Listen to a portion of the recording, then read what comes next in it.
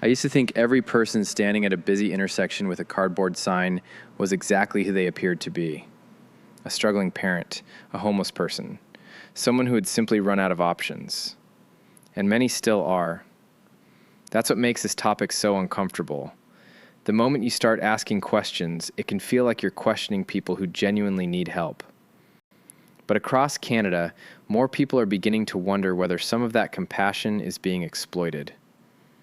Of course, this isn't because poverty isn't real, but because people keep noticing things that don't quite add up. There are real instances of panhandlers being dropped off at busy intersections. People have repeatedly observed the same individuals working the same corners day after day. Others have reported seeing individuals collect donations for hours and then leave in vehicles that appear completely different from the image they present to the public. A buddy of mine even claims to have even spotted one with the latest iPhone. Now, none of that automatically proves fraud. There could be explanations.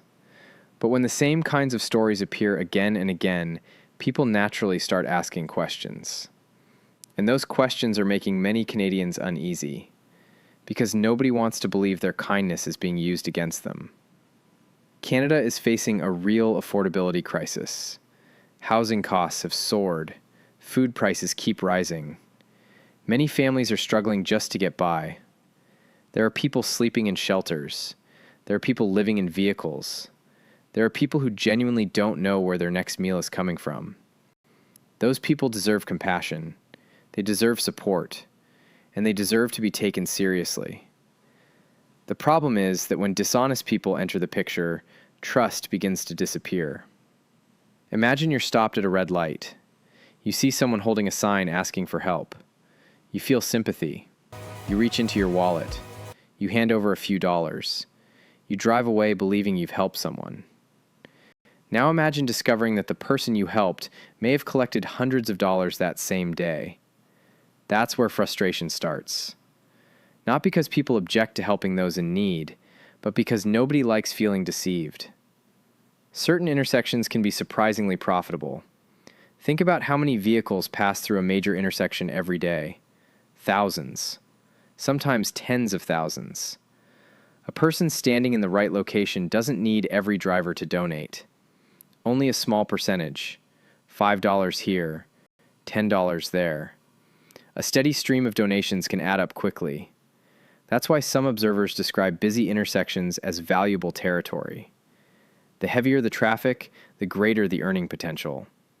And that's where concerns about organized panhandling begin. Some Canadians believe that certain operations may be more coordinated than they appear. Whether that's true in every case is impossible to know, but the perception alone has consequences, because trust starts to erode. The average driver has no way of knowing who genuinely needs help and who doesn't. From behind a windshield, every story can sound believable. Every sign can look legitimate. Every request can seem urgent. That's what makes this issue so complicated. Ironically, the people hurt most by growing skepticism may be those who genuinely need assistance.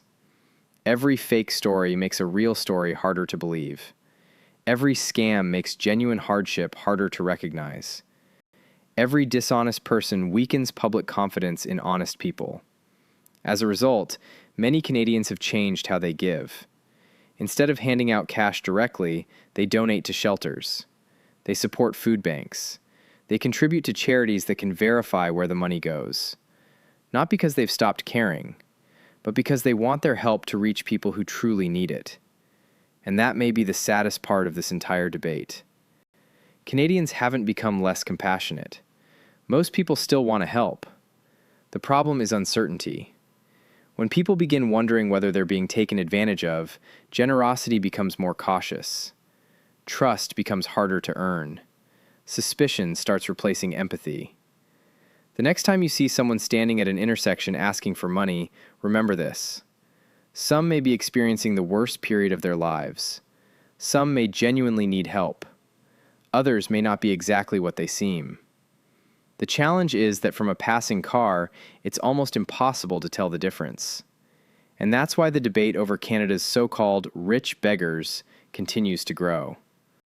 For me, This isn't really about money. It's about trust. Canadians want to help people, but nobody wants to feel manipulated.